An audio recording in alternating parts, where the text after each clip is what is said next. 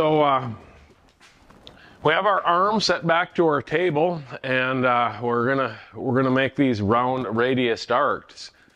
You know, maybe another way to do this would be to hire a shop or some with a CNC, and then a router on a CNC would just be able to cut these sheets up like nothing. But we don't have a CNC here, so we're gonna do it the old-fashioned way with this router and template. Okay, so here we go. The router is gonna put up quite a bit of dust into my channel. I usually like to have a vacuum close by. So what I'm gonna do is I'm gonna turn on my vacuum and I'm gonna router my first thing on it. The other important thing is to always wear ear protection. So we'll get that ready.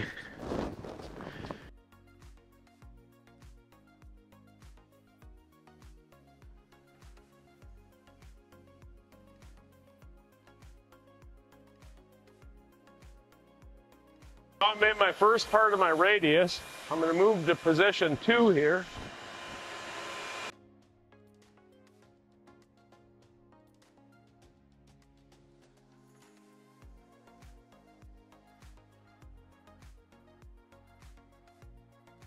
I want you to notice something here. The thing to notice is I'm not cutting all the way through the sheet. I'm cutting about 5/8 inch through the sheet, and so the sheet's still all attached together. And I've got a couple of reasons for doing that, and that is that I don't want to cut my nice workbench up, and secondly, I want to keep it all together so that I can finish it with another router. Set cut, and you could ask, well, why didn't you cut that full round there? It's because the way it works out here, I want to get my maximum out of my bottom. And these are all going to be laminated together with glue.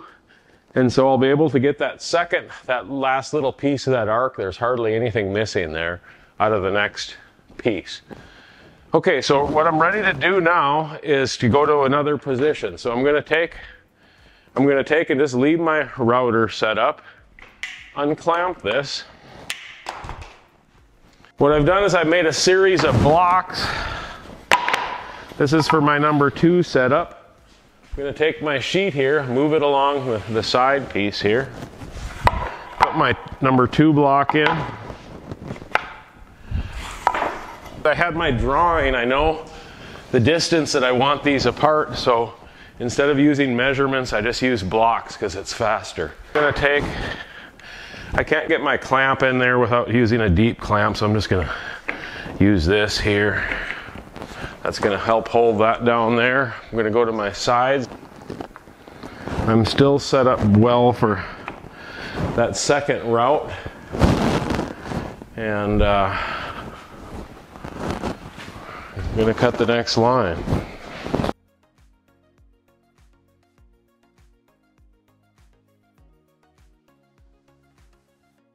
Our last cut on this sheet.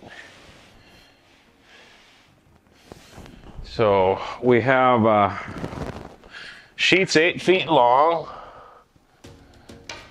and we have 5 positions, so I guess we have about 40 lineal feet of custom plate here.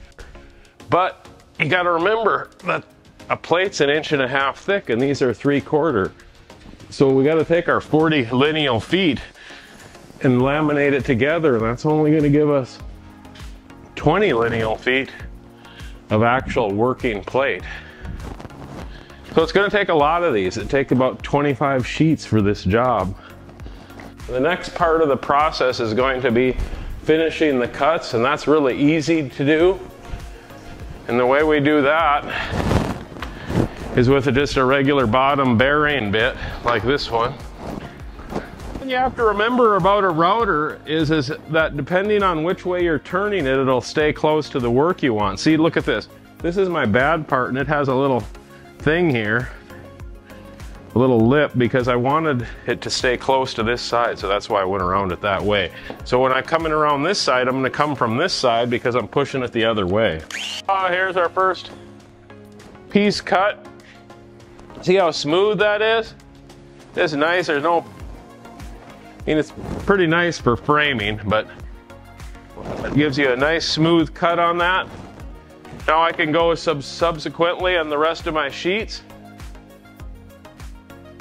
So this is kind of how you make the plates. The next step would be to be laminating these together. Well, the way we would do that is apply glue to the surface, and then I'll screw them on, screw them together so that they make a nice long plate. I can only haul about a 20-footer in my truck, so I'm making them about 20-foot length sections here in the shop, and then they go out to the job.